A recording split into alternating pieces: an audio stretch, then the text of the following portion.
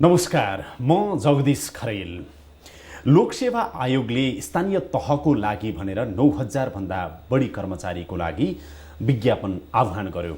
यो विज्ञापनको विषयलाई लिएर यतिखेर विभिन्न सरोकारवाला निकाय तथा व्यक्तिहरूबाट विभिन्न खालका टिक्का टिप्पणीहरू आइरहेका छन्। सरकारले र लोकसेवा आयोग दुवैले भनिरहेको छ यो संविधान सम्बद्ध, कानुन सम्बद्ध, विधि सम्बद्ध छ र आवश्यकता व्यवहारको सिद्धान्तलाई आत्मसात गर्ने हो भने यो स्वाभाविक हो र यो गरिएको विज्ञापन अब रद्द हुँदैन भनेर भनिरहेको छ भने संसदको राज्य व्यवस्था तथा सुशासन समितिले लोकसेवा आयोगले गरेको विज्ञापन रद्द गर भनेर निर्देशन दिइसकेको छ। अहिले यो विषय अदालतमा सम्म पुगेको छ र यसको साथमा सडकमा यसको पक्षमा र विपक्षमा विभिन्न आवाजहरू उठेका छन्। सडकमा प्रदर्शन समेत भएको छ र यही बीचमा आजको मितिसम्म 1 लाख भन्दा बढीले यो विज्ञापनको लागि फर्म समेत भरिसकेका छन्। यस्तो अवस्थामा दुवैको जिकिर छ, दुवै पक्षको जिकिर छ कि संसदको समितिले पनि भनिरहेको छ यो संविधान कानुन सम्बद्ध भएन, संघीयताको मर्म अनुसार भएन भनेर एकातिर भनिरहेको छ भने अर्कोतिर सरकार र लोकसेवा आयोगले यो संविधानको मर्म अनुसार कानुन सम्मत तरिकाले विज्ञापन गरिएको छ भनेर भनिरहेको अवस्थामा साँच्चीकै के हो त यो र अब के हुन्छ त? यो विषयमा कुराकानी गर्नको लागि आजको हट सिटमा सामान्य प्रशासन मन्त्रालयमा समेत सचिवको रूपमा काम गर्नुभएका, गृह मन्त्रालयमा सचिवको रूपमा काम गर्नुभएका, त्यस्तै गरेर लोकसेवा आयोगमा सदस्यको रूपमा काम गर्नुभएका पूर्व प्रशासक डाक्टर गोविन्द कुसुम आजको हट सिटमा हुनुहुन्छ। डाक्टर साहब स्वागत छ। धन्यवाद छ यहाँलाई। यो अहिले जुन खालको तरङ्ग उत्पन्न भइरहेको छ नि, विशेष गरेर लोकसेवाले खुलाएको विज्ञापनको विषयलाई लिएर यसलाई तपाईँले पनि नजिकबाट हेरिराख्नु भएको होला। यो हदसम्म बहस हुन, टिक्का टिप्पणी हुन जरुरी थियो या थिएन भन्नुहोस् त? वास्तवमा यो विषय यति अगाडिसम्म लम्बिएर जानुपर्ने विषय नै होइन। किन होइन भन्दाखेरि हामीले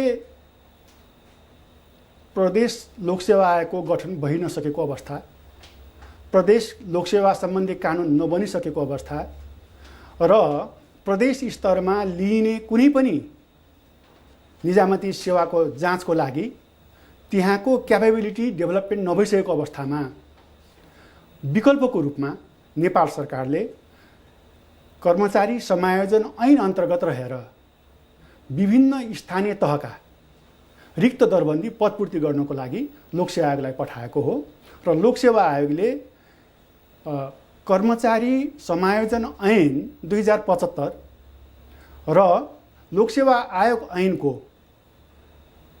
पक्षलाई दृष्टिगत गर्दै यसले विज्ञापन निकालेको हो र यो आफ्नो सुचारू रूपले जानुपर्ने विषय हो। यसमा लामो टिका टिप्पणी हुनु पनि नपर्ने विषय हो। किनभने अहिले हामीले अर्को पक्षबाट हेरौँ, आम जनताले सेवा पाइरहेको छैन र स्थानीय तहको निर्वाचन, स्थानीय सरकारको गठन भएको पनि लामो समय भइसकेको अवस्था छ। यस्तो स्थितिमा स्थानीय तहबाट सर्भिस डेलिभरी राम्रोसँग हुन सकेन भने त्यसले अन्ततोगत्वा यो लोकतन्त्रमाथि नै प्रश्न उठाउन सक्ने स्थिति सृजना हुन सक्छ। त्यसो हुँदाखेरि जतिसम्म सक्यो राम्रोसँग इफिसियन्टली, इफेक्टिभली सर्भिस डेलिभरी गर्नको लागि त कर्मचारी चाहियो। त्यो कर्मचारी पदपूर्ति गर्ने कहाँबाट, कसरी गर्ने त? यी विभिन्न विषयहरूमा हिजोदेखि छलफल हुँदै आएको विषय हो। पहिले समायोजन गरियो, सङ्घीय तहमा भएका कर्मचारीहरू, सङ्घीय स्तरमा भएका कर्मचारीहरूलाई उनीहरूको इच्छाअनुसार विभिन्न स्थानीय सरकार र प्रदेश सरकारमा खटाइयो, पठाइयो। त्यसले पूर्ति भएन सबै पदहरू, अनि त्यो पूर्ति नभएको पदलाई समायोजन ऐनअनुसार सम्बन्धित स्थानीय तहबाट माग गरेर, स्थानीय तहले आफै माग गरेको छ कि हामीहरूको यो गाउँपालिकामा, उपमहानगरपालिकामा वा महानगरपालिका, नगरपालिका जहाँ जहाँ हो यति दरबन्दी हाम्रो रिक्त छ, यो दरबन्दी पूर्ति गरिपाउँ। उसले सामान्य प्रशासन मन्त्रालयमा पठायो, त्यसलाई कलेक्सन गरेर सामान्य प्रशासन मन्त्रालयले लोकसेवा आयोगमा पठायो र लोकसेवा आयोगले के गर्यो भनेपछि अब लोकसेवा आयोगले भएका दरबन्दीलाई विभिन्न स्थानीय तहको स्थानीय तह स्थानीय सरकार आफै एउटा छुट्टै आइडेन्टिटी र इन्टिटी भएको संस्था हो र ऐनले नै स्पष्ट के भनेको छ भने स्थानीय तहबाट माग भएको उसलाई पूर्ति गर्ने भन्ने कुराहरू उल्लेख भएको छ दफा 12 मा समायोजन कर्मचारी समायोजन ऐनको र त्यसमा टेकेर त्यहाँबाट माग भएको रिक्त दरबन्दीको हिसाबले प्रतिशत गणना गरी समावेशी छुट्याइएको छ।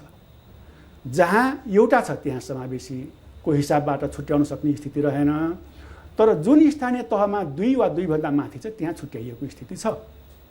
त्यसरी यो के भन्छ लोकसेवा आयोगले विभिन्न 500 भन्दा बढी स्थानीय तहमा छुट्टा छुट्टै पद पूर्तिको लागि विज्ञापन गरेको हो।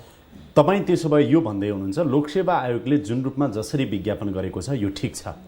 ठिक छ। तपाईले यसरी ठिक भनिराख्दाखेरि फेरि संसदीय समिति राज्य व्यवस्था तथा सुशासन समितिले त यो बिठिक छ, यो संघीयताको मर्म विपरीत छ, यसलाई रद्द गर भनेर निर्देशनै दियो नि सरकार र चाहिँ लोकसेवा आयोगलाई। अब राज्य व्यवस्था समिति आफैमा महत्त्वपूर्ण समिति हो जसलाई हामी मिनी पार्लियामेन्टको रूपमा पनि बुझ्छौँ र उसले गरेको निर्णयलाई मैले अन्यथा भन्न मिल्दैन। तर एउटा कमी रह्यो कि भन्ने मलाई लाग्छ। बाहिर बसेर हेर्दाखेरि मोफसलमा बसेर हेर्दाखेरि त्यहाँभित्र यस बारेमा गहन छलफल विज्ञहरूसँग हुन सकेन कि जस्तो लाग्छ है मलाई बाहिरबाट हेर्दाखेरि। किनभने यदि विज्ञहरूसँग राम्रोसँग छलफल भइदिएको भए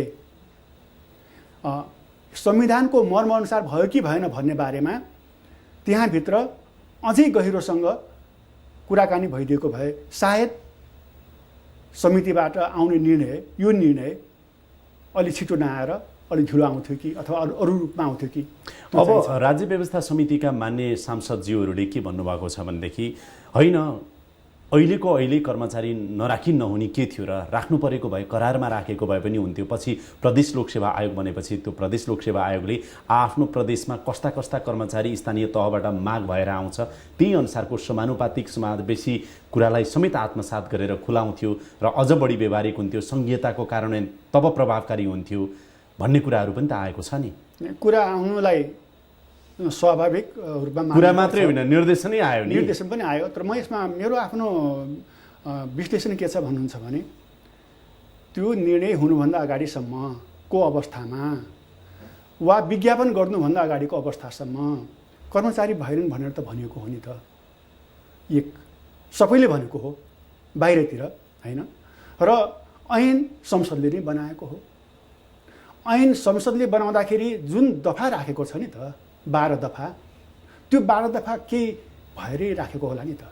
12 दफा 12 कर्मचारी समायोजन ऐन 2075 को दफा 12 मा उल्लेख भएको अनुसार यदि कुनै कारणले यो पुरा हुन सकेन, समयमा प्रदेश लोकसेवा आयोग गठन हुन सकेन आदि इत्यादिको कारणले हुन सकेन भने सङ्घीय स्तरबाट लोकसेवा आयोगले यो यसरी माग गर्नेछ र लोकसेवा आयोगले गर्नेछ भने त्यसैमा भनेको छ नि त।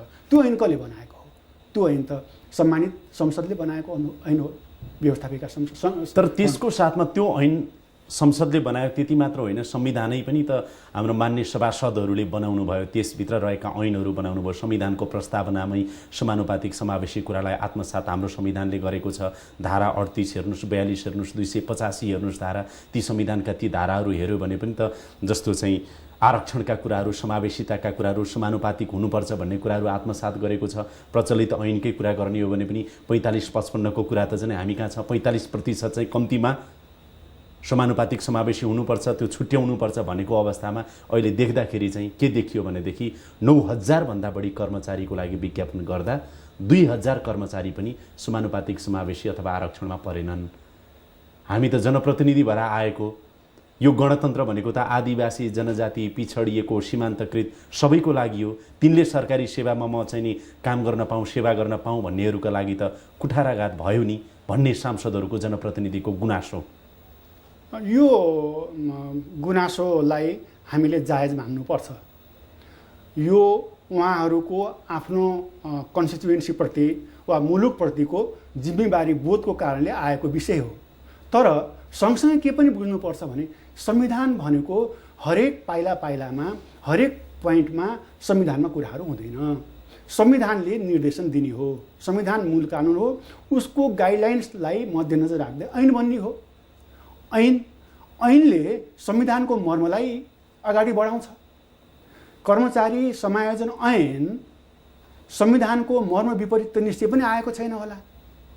यदि संविधानको मर्मको विपरीत आएको भए आउने स्थिति हुने थिएन। आएको भए त्यतिखेरै सम्मानित सर्वोच्च अदालतमा गएर यो चाहिँ संविधानको बरखिलाफ भयो भनेर पनि मुद्दा पर्न सक्थ्यो होला त्यतिखेरको अवस्थामा।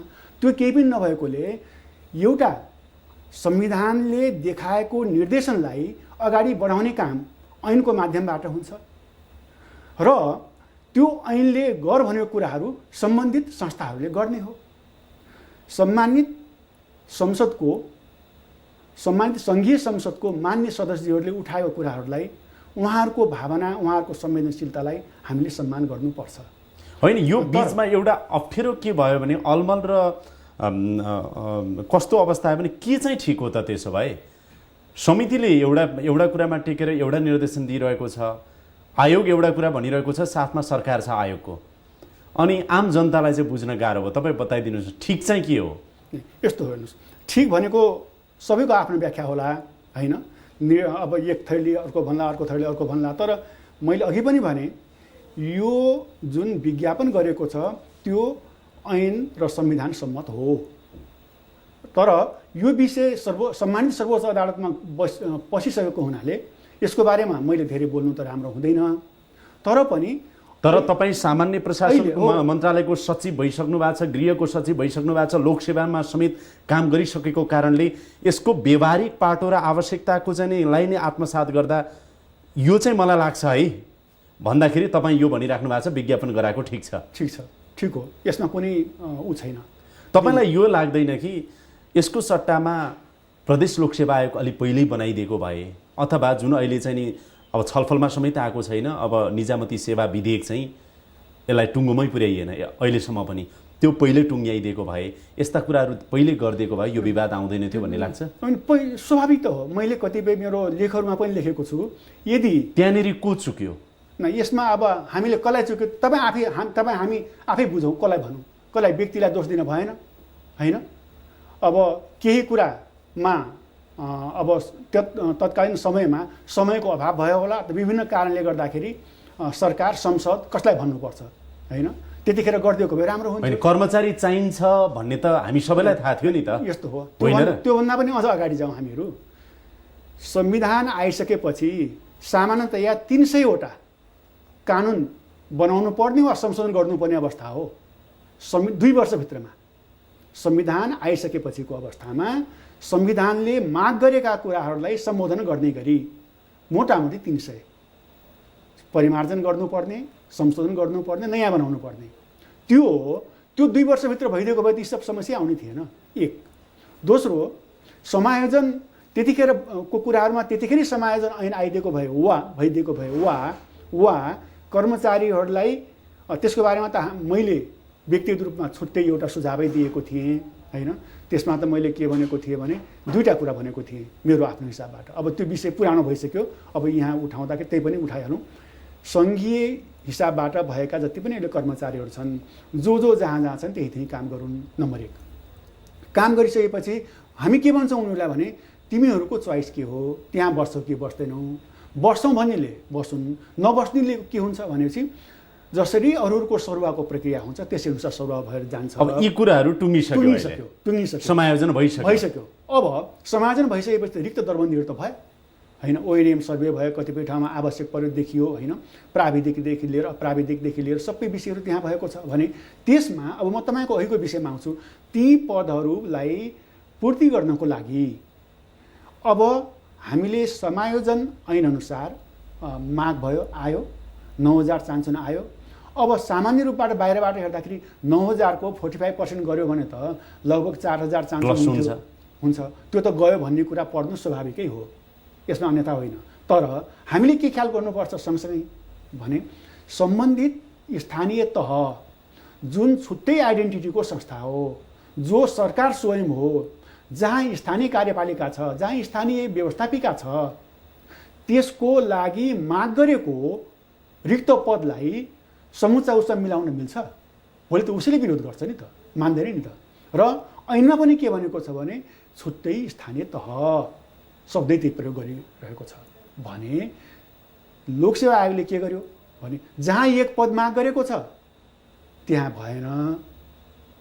के भएन भनेपछि त्यो प्रतिशत छुट्याएर समावेशीको कुराहरू आएन।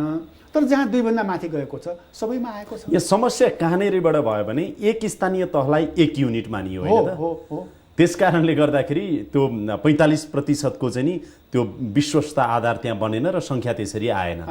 मुख्यतः पहिला त अब राष्ट्र एउटा युनिट मान्दाखेरिको अवस्थामा सजिलोसँग 55% र 45% आउँथ्यो।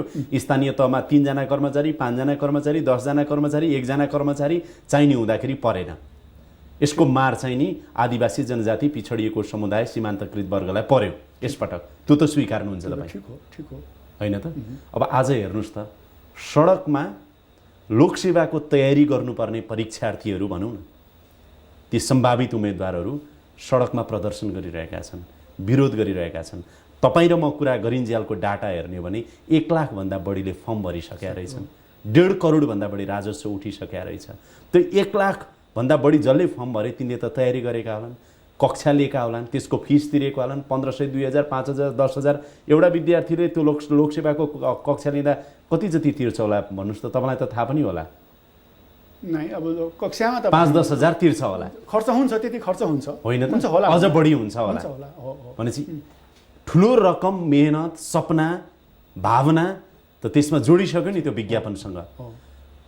अब यसले त भोलि रद्द भएको अवस्थामा पनि अप्ठ्यारो, रद्द नहुँदाको अवस्थामा पनि अप्ठ्यारो जस्तो भनेर मैले लेम्यान बुझाइ गरेँ भने तपाईँ कसरी क्लियर गर्नुहुन्छ? नै, कुरा सही हो। कुरा के हो भन्नुहुन्छ भनेपछि हामीहरूको एउटा बानी छ कि, बानी के छ भनेपछि हामी नेपालीहरूलाई भन्ने गर्छ विदेशीहरूसँग हामीहरू बस्दाखेरि, विदेशीहरूसँग बायोलेटरल डिसिजन गर्नु पऱ्यो, बायोलेटरल टक्समा बस्नु पऱ्यो भने चाहिँ उनीहरूले नेपाललाई हेर्ने दृष्टिकोण के छ भने तिमीहरू डिसिजन छिटो गर्छौ होइन, इम्प्लिमेन्ट गर्दैनौ होइन, कुनै पनि उसमा उनीहरूको हामीलाई लगाउने हतारमा निर्णय गर्ने, फुर्सदमा पछुताउने भन्छ। त्यो बानीले हामीलाई अप्ठ्यारो पार्न सक्छ ठाउँ ठाउँमा। र मैले भन्दै आएको छु कि अब हामीहरू यसबाट ब्याक हुने हो भने यसले पोजिटिभ असर गर्दैन। किन गर्दैन भन्नुहुन्छ भने एउटा भोलि विश्वसनीयताको कुरा आउँछ। दोस्रो, जो तपाईँले भने जस्तो जति 1,55,000ले दरखास्त दिएका छन् त्योभन्दा पनि बढ्छ, यो अन्तिम मितिसम्म बढ्छ नै सङ्ख्या। अब त्यसको श्रम, पैसा र बुद्धि सबै त्यसमा इन्भेस्ट भइसकेको छ। ऊ जाँच दिन नपाएपछि इरिटेट हुन्छ। र यसो हेर्दाखेरि के देखिन्छ भन्नुहुन्छ भने कहीँ कतै यो सरकारलाई अप्ठ्यारो पार्न त गरिएको होइन भन्ने कुरा पनि बाहिर आइरहेको छ है। मैले त त्यसो पनि सुनिरहेको छु। सरकारलाई अप्ठ्यारो पार्ने प्रयोजनको लागि यसलाई उचाल्ने काम पो भयो कि भन्ने कुरा। सरकारकै हेर्नुहोस् तपाईँ, हामीले बाहिरबाट हेर्दा राज्य व्यवस्था तथा सुशासन समितिमा सत्तारूढ दलकै सांसदको बहुमत छ। हो, तर अरू देशहरूमा के हुन्छ भने कुनै पनि समितिमा छलफल हुँदाखेरि सत्तापक्षीय सांसदहरूले सत्ताको जुन व्हिप छ, व्हिप त सबैमा जारी हुँदैन, तर त्यसको व्हिपसँग कुराकानी गर्ने चलन छ कि सचेतकसँग। तपाईँले अघि सुरुमा भन्नुभयो नि राज्य व्यवस्था तथा सुशासन समितिले गरेको निर्देशनलाई अब ठिक बेठिक भनेर अहिले त किन भन्ने, तर यो कमजोरी चाहिँ अलि पुगेन कि भनेर तपाईँले सङ्केत, अलि हतारमा निर्देशन दियो, छलफल गरेन सरकारवालासँग भनेर जुन सङ्केत तपाईँ गर्दै हुनुहुन्थ्यो नि, त्यही कुरा चाहिँ सङ्घीय मामिला तथा सामान्य प्रशासन मन्त्रालयले 9,000 कर्मचारीको लागि विज्ञापन खुलाउन लोकसेवा आयोगलाई अनुरोध गर्दा लोकसेवा आयोगले 9,000 भन्दा बढी कर्मचारीको लागि विज्ञापन खुलाउँदा केही सरोकारवाला विज्ञ अथवा अरू विभिन्न क्षेत्रसँग अलिकति छलफल गरेर विज्ञापन खुलाएको भए पनि हुन्थ्यो कि भन्ने चाहिँ लाग्दैन तपाईँलाई? होइन, लोकसेवाको उसको सीमा हेर्नु पर्यो, लिमिटेसन्स हेर्नु पर्यो। पहिले लोकसेवा आयोगको स्पष्ट कुरा के हो भने नेपाल सरकारले रिक्त पद यति छन्, यो पूर्ति गर्दै भनेर पठाइदियो भने चाहिँ उसले गर्दैन हो विज्ञापन। उसको कामै त्यही हो। उसले सरोकारवालासँग यो ठिक हुन्छ बेठिक हुन्छ भन्ने काम लोकसेवा आयोगको होइन। तर सामान्य प्रशासन मन्त्रालयले चाहिँ सम्भवतः गर्न सक्थ्यो। नै, सामान्य प्रशासन मन्त्रालयलाई त प्रेसर परिरहेको छ नि त होइन। म पनि त्यो कुर्सीमा बसेर आएको, यद्यपि म आउँदाखेरिको अवस्थामा यो भइसकेको थिएन, यो समायोजन कुराहरू भइसकेको थिएन, संविधान नै जारी भएको थिएन, संविधान सभा 1 हुँदाखेरिको अवस्थामा म भएको हो। त्यो पनि प्रशासनिक तर कुरा त थाहा हुन्छ। हुन्छ नि, प्रेसर आउँछ नि त। कर्मचारी भएन भन्छ उसले, हामी कहाँ काम हुन सकेन, तपाईँले कर्मचारी दिन सक्नु भएन, त्यस कारण मलाई प्रेसर पर्यो भनेर भन्छ। हुनु पनि हो। अब अहिले सबैले हिजो लगभग 25 वर्षसम्म भ्याकुम क्रिएट भएको ठाउँमा अहिले स्थानीय सरकारहरू निर्वाचित भएर त्यहाँ स्थापना भइसकेपछि त्यहाँका भोटर्सहरूको, त्यहाँका जनताहरूको, त्यहाँका नागरिकहरूको चाहना त छ नि त स्थानीय सरकारसँग कि हामीले सर्भिस राम्रोसँग पाउन सकौँ। यदि स्थानीय सँगसँगै के हो भने अर्को त अब हामीले 1 लाख जो उम्मेदवारहरू जसले फर्म भरे उनीहरूको भविष्य के हुने भन्ने अनिश्चित, उनीहरूको भावना, उनीहरूको इमोसन, उनीहरूको लगानी एउटा चिन्ताको विषय यो छ। अर्को सँगसँगै त्यो समुदाय जो समुदाय राज्यको मूलधारमा कहिले आउनै सकेन, सरकारी जागिरको मूलधारमा आउनै सकेन, गणतन्त्र आएपछि त आउनु पर्थ्यो भन्दा भन्दै यसपटक 9000 को यो क्याटेगोरीमा पनि यो सङ्ख्यामा पनि अलिकति पछाडि नै पर्ने भयो। यसलाई हरेक पक्षको प्लस माइनस त आफ्नो ठाउँमा हुन्छ। हेर्नुहोस् होइन, तपाईँले फेरि पनि भन्न खोजेको, फेरि पनि तपाईँले भनेको कुराहरूलाई अन्यथा भन्न मिल्दैन। तर स्थिति के हो भन्नुहुन्छ भने अब अगाडि जाँदाखेरिको यो हामीले के बुझौँ, हामीहरू अहिले सङ्घीय संरचनालाई व्यवस्थापन गर्ने सवालमा, संहिता लागू गर्ने सवालमा हामीहरू केमा छौँ त भन्दाखेरि अहिले पनि यो ट्रान्जिसनल पिरियडमा छौँ होइन। ट्रान्जिसनमा समस्या हुन्छ, जहाँ पनि हुन्छ, हाम्रो देशको मात्रै समस्या हो। राजनीतिक सङ्क्रमण एक हिसाबले सकिए पनि प्रशासनिक, सांस्कृतिक अरू खालका सङ्क्रमण छन्। प्रशासनिक हुन्छ, आर्थिक हुन्छ, सामाजिक हुन्छ, सांस्कृतिक हुन्छ, धार्मिक हुन्छ, शैक्षिक हुन्छ, हरेक क्षेत्रमा यो सङ्क्रमण देखा पर्छ। हेर्नुहोस्, कुनै न कुनै रूपबाट त्यो उजागर हुन्छ र त्यसले यो बोटल नेक्स्ट हुन्छ। अब डाक्टर कुसुम, अब के हुन्छ भन्ने मुख्य कुराहरू आयो। जस्तो लोकसेवा आयोगले त एकचोटि आह्वान गरिसकेको विज्ञापन आफैले रद्द त गर्न सक्ने कानुनी प्रावधान छैन। अनि अब के हुन्छ त? नै, उसले रद्द गर्नको लागि त अब त्यही ठाउँबाट माग आएको छ, त्यहीबाट आह्वान गर्नु पर्यो, भन्नु पर्यो। अनि पछि हामीलाई चाहिँदैन अब भन्यो भने मात्र रद्द गर्न सक्ने हो, मात्रै हो होइन। त्यही पनि लिखित जाँच भइसक्यो भने चाहिँ त्यो फेरि ब्याक हुन गाह्रो पर्छ। लिखित जाँच अहिले जुन स्थानीय तहबाट हामीले माग गरेको कर्मचारी अब हामीलाई चाहिँदैन रद्द गर भन्यो भने मात्रै चाहिँ त्यो प्रक्रिया सम्भवतः अगाडि बढ्न सक्ला। त्यो पनि लिखित परीक्षा हुनु अगाडि भयो भनेपछि हुन सक्ला भन्छु। नभए कानुनी रूपमा अहिले चाहिँ लोकसेवा आयोग ब्याक हुने अवस्था छैन, गर्न सक्दैन। अब रह्यो कुरा के हो भने तपाईँले अघि उठाउनु भएको थियो एउटा कुरा कि करारमा नियुक्तिका कुराहरू उठाउनु भएको थियो होइन। तर हेर्नुहोस्, करारमा नियुक्ति भन्ने जस्तो कुरा होइन प्रशासनिक हिसाबले राम्रो मानिँदैन अहिलेको सन्दर्भमा। एउटा कुनै विज्ञको रूपमा, विशेषज्ञको रूपमा कुनै अमुक व्यक्ति वा अमुक पदको लागि ल्याउने कुरा बेग्लै हो होइन। अब हामीहरू आर्टिफिसियल इन्टेलिजेन्सको समयमा गुज्रिरहेको अवस्थामा होइन तत्सम्बन्धी विज्ञलाई ल्याउने कुरा बेग्लै हो। करारमा नियुक्ति गरौँला। अब मैले त के भने एउटा कन्सल्टेन्टको रूपमा होला। मैले त के पनि लेखेको छु भनेपछि हामीले सचिव जस्तो पदमा अब 10% वा 5% वा 9% कति हो त्यति करारमा नियुक्ति गर्नुपर्छ मेरो विचार चाहिँ त्यस्तो लागिरहेछ अझै मलाई भन्नुहुन्छ भनेपछि। किन त्यसका पनि प्लस माइनस छन्। तपाईहरु रिटायर भएपछि फेरि कन्सल्टेन्टको रूपमा आउने भन्ने त होइन। होइन, त्यसमा मैले स्पष्ट भनेको छु। त्यसमा मैले लेखेर पनि भनेको छु, त्यसमा यी रिटायर सचिवहरू होइन होइन, ट्यालेन्टहरू सिधै बाहिरबाट फ्रेस युएनमा काम गरेका हुन सक्छन्, इन्टरनेसनल आइएनजिओमा काम गरेकाहरू हुन सक्छन्, युनिभर्सिटीमा राम्रो पढाएका हुन्छन्, एकदमै फर्स्ट पास गरेका हुन्, त्यस्ताले लिएर आउने अनुभव सहितका त्यस्ता ल्यायो भनेपछि गर्छन्, काम गर्छ, 4 वर्ष 5 वर्षसम्म मजासँग काम गर्छ, उसले प्रतिस्पर्धा पनि गर्छ होइन। त्यसले अरू सचिवहरूलाई पनि के गराउँछ भनेपछि त्योभन्दा त मैले राम्रोसँग पर्फर्मेन्स दिनु पर्यो भन्ने कुराहरू कम्पिटिसनको भावना आउँछ।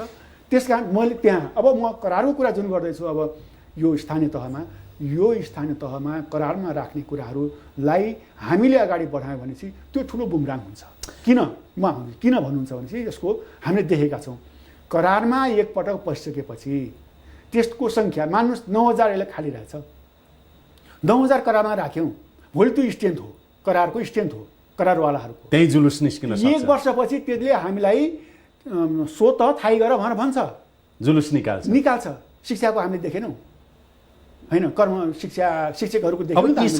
यी सबै कुराहरू एकातिर होलान्। अर्कोतिर चाहिँ अर्को चिन्ताको विषय के हो भने डाक्टर कुसुम, लोकसेवा आयोग जस्तो संवैधानिक निकाय जसको एउटा लामो विरासत छ र विश्वसनीयता छ, भर छ, गहनता छ र लोकसेवा आयोग संवैधानिक निकाय भइकन एउटा गरिमा पनि छ, अलिकति त्यसमाथि आँच आउने जस्तो त्यसमाथिका टिका टिप्पणीहरूले अलिकति त्यसलाई त गाह्रो बनायो नि। स्वयं उमेश मैनाली अध्यक्षले पनि भन्नुभयो अस्ति समितिको बैठकमा पनि, यसलाई बदनाम गर्न नखोजियोस् लोकसेवा आयोगलाई भनेर।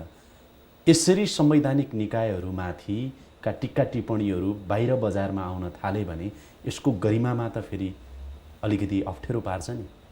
म यसमा यसरी मेरो आफ्नो विश्लेषण के छ भन्नुहुन्छ भने तपाईँले भनेको कुरा ठिक हो। अब कसले पार्यो किन पार्यो त्यतातिर नजाउँ, तर एउटा कुरा म भन्छु तपाईँलाई, मैले सैद्धान्तिक कुरा भनिरहेको छु। डेभलपिङ कन्ट्रिजमा वा पोस्ट कन्फ्लिक्ट सिचुएसनमा त्यहाँको राज्यलाई कमजोर बनाउने, सरकारलाई कमजोर बनाउने र त्यहाँको अवस्थालाई सुदृढ हुन नदिनको लागि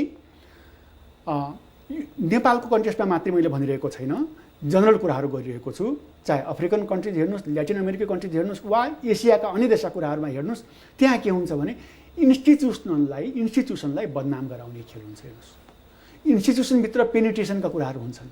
इन्स्टिट्युसन त्यो त्यही भइरहेको भानुहुन्छ तपाईँलाई यहाँ? नै, अब अहिले त मैले यस्तो छ भनेर भन्न मिल्दैन, किनकि त्यसमा सरसर्ती हेर्नुहोस्, अख्तियार दुरुपयोग अनुसन्धान आयोग हेर्नुहोस्, निर्वाचन आयोग हेर्नुहोस्, अथवा लोकसेवा आयोग हेर्नुहोस्, मानवाधिकार आयोग हेर्नुहोस्, महालेखा, यी जे छन् नि निकायहरू, यी निकायहरूमाथि विभिन्न समयमा विभिन्न तौर तरिकाले यी निकायमाथि पछिल्लो समयमा विभिन्न खालका टिका टिप्पणी भइरहेका छन्। केही समय अघि अख्तियारमा चाहिँ पाठक प्रकरण हेर्नुहोस्, त्यस्ता नै, त्यो त कुनै न कुनै रूपबाट यसलाई हेरौँ, बदमासी भएको कुरा बाहिर ल्याउनै पर्छ, त्यसमा अन्यथा छैन, होइन। तर यो मैले सैद्धान्तिक कुराहरू भनिरहेको छु। नेपालमा यस्तो भइरहेको छ भनेर मैले भन्नुभन्दा पनि सैद्धान्तिक कुराहरू के हो भन्दाखेरि कुनै पनि डेभलपिङ कन्ट्रिज वा पोस्ट कन्फ्लिक्ट कन्ट्रिजमा त्यहाँको सत्तालाई, राज्यलाई अगाडि बढ्न नदिने प्रयोजनको लागि, कमजोर बनाउने प्रयोजनको लागि विभिन्न संवैधानिक संस्थाहरूमाथि, सरकारमाथि त हुन्छ, संवैधानिक निकायहरूलाई कमजोर बनाउने कामहरू चाहिँ हुन्छन्। तपाईँ एउटा चाहे राष्ट्रपति होस्, चाहे उपराष्ट्रपति होस्, चाहे प्रधानमन्त्री, संस्थाहरू हुन् कि यिनीहरूलाई पनि कमजोर बनाउने, संवैधानिक निकायलाई कमजोर बनाउने। यो विज्ञापन प्रकरण हेरौँ न, विज्ञापन खुलाएको प्रकरणको सन्दर्भमा तपाईँ अहिले जुन संसदको चाहिँ समिति र आयोग अथवा सरकार बीचको चाहिँ वाद विवाद जे देखिराखेका छौँ नि हामीले, यो तपाईँलाई के लाग्छ? यो नियतवश हो, योजनाबद्ध किसिमले यसरी अथवा आयोगलाई बदनाम गराउने अथवा समितिकै गरिमा चाहिँ नि अझ खस्किँदो बनाउने अथवा सरकारको पर्फर्मेन्सलाई चाहिँ नि अझै कमजोर हो भनेर साबित गराउन खोज्ने, यो कुनै योजनाबद्ध हो अथवा संयोगले फुत्त मागायो, यो कुरा चाहिँ खुलाए विज्ञापन अनि प्रतिक्रियाहरू बजारमा आउन थाले? के ठान्नुहुन्छ तपाईँ, योजनाबद्ध हो या होइन? योजनाबद्ध हो भन्नको लागि प्रमाण चाहिन्छ। त्यसकारण प्रमाण नहुँदै यस्तो विषयमा बोल्नु राम्रो हुँदैन। तपाईँ हामी बौद्धिक मान्छेहरू हौँ, हामी आफैले एनालिसिस गरौँ यो पाटोमा। रह्यो कुरा के भनेपछि अब सँगसँगै अब यसको बैठान कसरी त, त्यसमा म आउँछु कि तपाईँलाई के लाग्छ, यो योजनाबद्ध हो या संयोगले यसरी तयार भएर आयो? अब संयोग पनि हुनसक्छ, हेर्दाखेरि संयोगको जस्तो देखा पर्छ हेर्दाखेरि, होइन। अघि तपाईँले डेभलपिङ कन्ट्रीमा थियोरिटिकल कुरा जुन गर्नुभयो नि, यो मैले मेरो त्यसलाई रिलेट गर्न मिल्छ भनेर मात्रै सोधेको। नै, अब यसमा त हामीले बुझौँ न, सतही रूपमा बाहिर जबसम्म हामीले कुनै चिज देख्दैनौँ, होइन, त्यो भित्र नदेख्दैसम्म अब हामीले प्रमाण नभएसम्ममा यस्तो हो भनेर भन्न चाहिँ सुहाउँदैन। यो प्रकरण जे होला, विज्ञापन रद्द होला अथवा नहोला, यो अदालतले चाहिँ यसको एउटा फैसला गर्ला, अब छिट्टै गर्ला, त्यो अपेक्षा गरौँ।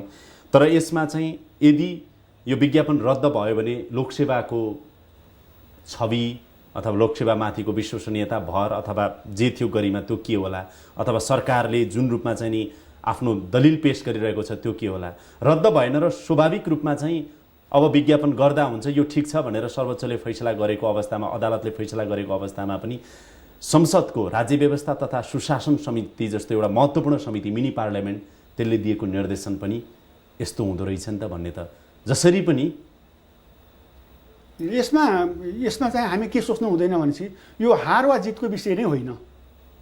सम्मानित सर्वोच्च अदालतले भोलि दिने फैसलाले कतातिर के गर्छ भन्ने कुरालाई ध्यानमा दिएर फलानाको इमेज बिग्रियो, फलानाको यस्तो हो भनेर भन्न सुहाउँदैन हामीहरूले। किन सुहाउँदैन भन्नुहुन्छ भने यो एउटा कानुनी प्रक्रिया हो। लोकतन्त्रमा, प्रजातन्त्रमा कानुनी वा विधिसम्म तरिकाले गरिने निर्णयहरूमा कसैको हारजित हुँदैन। 1 2 नम्बर, यसले लोकसेवा आयोगलाई अप्ठ्यारो त पारेको छ, किनकि लोकसेवा आयोगको 2008 सालको इतिहासदेखि अहिलेसम्मको अवस्थामा यस्ता घटनाहरू अहिलेसम्म भएको थिएन। हो 17 सालमा 5 महिनासम्म लोकसेवा आयोगलाई निलम्बन गरिएको थियो, त्यो आफ्नो ठाउँमा छ। तर निलम्बन गरिए पनि त्यसको गरिमालाई राख्नुपर्छ भन्ने हिसाबबाटै निलम्बन गरेको हो तत्कालीन उसले पनि, होइन? अब त्यस्तो हो। त्यसले गर्दाखेरि केही अब अप्ठ्यारो त अब हुने भयो, लोकसेवाले यस्तो गर्यो भन्ने त पढ्ने भयो, अलि अप्ठ्यारो त हुने नै भयो, नयाँ विषय पनि पर्यो। तर अब त्यसलाई अब ठुलो हारजितको रूपमा अथवा यसलाई लिनुपर्छ जस्तो मलाई लाग्दैन। अब अन्तिममा तपाईँ के भन्नुहुन्छ? हामीले चाहिँ अदालतको फैसला आदेश पर्खिनुपर्छ भन्ने ठान्नुहुन्छ कि अथवा त्योभन्दा अगाडि यी पक्षहरू जुन छन् यी पक्षहरूबिच अझै पनि यसरी जाँदाखेरि चाहिँ उत्तम विकल्प उपाय यो छ भनेर तपाईँले सजेस्ट गर्नु पर्यो भने के गर्नुहुन्छ? अन्तिम प्रश्न। अब सम्मानित सर्वोच्च अदालतबाट आफ्नो समयअनुसार यस बारेमा निर्णय हुन्छ नै। तर मलाई के लाग्छ भनेपछि नेपाल सरकार विशेष गरी सामान्य प्रशासन मन्त्रालय र सम्बन्धित समिति अनौपचारिक वा औपचारिक बसेर कुराकानी गरेर यसलाई सुल्झाउने बाटोतिर जाँदा बेस हुन्छ र दुवै पक्षले यसमा यस्तो यस्तो भनेर क्ल्यारिटी दिदिने, यसले प्लस माइनसका कुराहरू के हुन सक्छन् त्यसको बारेमा हेरेर कुराहरू गर्यो भनेपछि ठुलो इस्यु नै होइन, होइन? त्यो गर्दाखेरि राम्रो हुन्छ भन्ने मलाई लाग्छ। डाक्टर कुसुम, यो समय अनि संवादका लागि तपाईँलाई धेरै धेरै धन्यवाद। धन्यवाद छ, मलाई समय दिनुभयो यहाँको लागि। जगदीशलाई धेरै धेरै धन्यवाद र इमेज च्यानललाई पनि। हस्, यसका साथै अहिलेको लागि यो कार्यक्रम यही बिट मार्ने अनुमति चाहन्छु। कार्यक्रम युनिटका सम्पूर्ण सहकर्मीहरूको साथमा मलाई पनि बिदा दिनुहोस्। नमस्कार।